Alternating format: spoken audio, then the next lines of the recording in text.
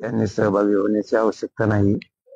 सहभागी झालेले उपोषण करते यांच्या जीवाला धोका होऊ नये म्हणून यांना मी विनंती करणार आहे की तुम्ही उपोषण सोडा.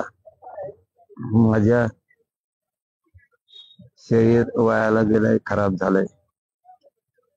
या मराठ्यांच्या पोराचं शरीर उपोषण करून खराब व्हायला नको म्हणून सामूहिक उपोषण पोरं करतायत. यांनाच मी सोडा म्हणून सांगणार आहे. तुमच्या शरीराचं नको वाटलं करायला, माझ्या तर शरीराचं झालंय.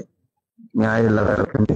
मी यांनाच आज विनंती करणार आहे की इथं बसलेल्या सगळ्या बांधवांनी उपोषण तुम्ही सोडा. ते बसून राहायला देतात चालत, फक्त उपोषण सोडा.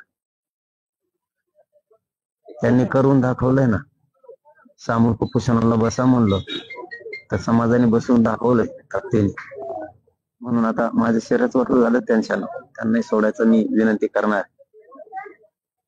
पंकजा मुंडे यांनी सुद्धा असं वक्तव्य केलेलं आहे की मनोज जरांगे पाटील जर यांनी परवानगी दिली तर मी मध्यस्थी करून काहीतरी मार्ग काढण्याचा प्रयत्न करेल, जरांगे पाटलांना भेटण्याचा प्रयत्न करेल. आमचं कोणालाच ना नसते ना, आमची कोणालाच नाही. कारण आम्ही खुनशी नाही, जातीवादी पण नाही. आमचे कोणालाच ना नाही, कोणालाच.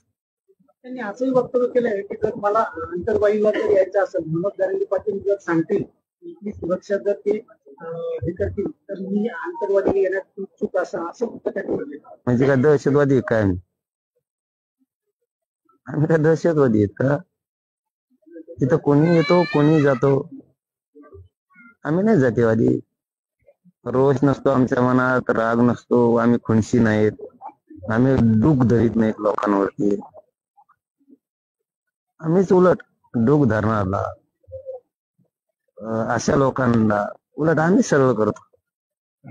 इथं दहशतवादी आहेत का? इथं काय दहशतवादी थोडेच आहे कोणी.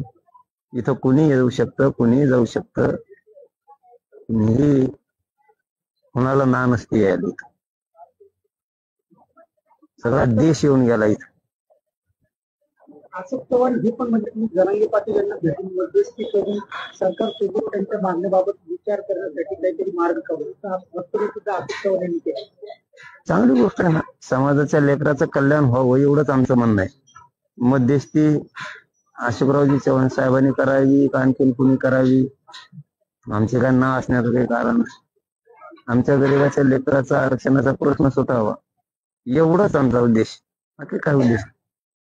आमचा उद्देश दुसरा काही नाही. आमच्या लेकराला न्याय मिळावा गरीबाचा. अशोकराव चव्हाण साहेब असतील, कुणीही असले, आम्हाला काय न्याय पाहिजे.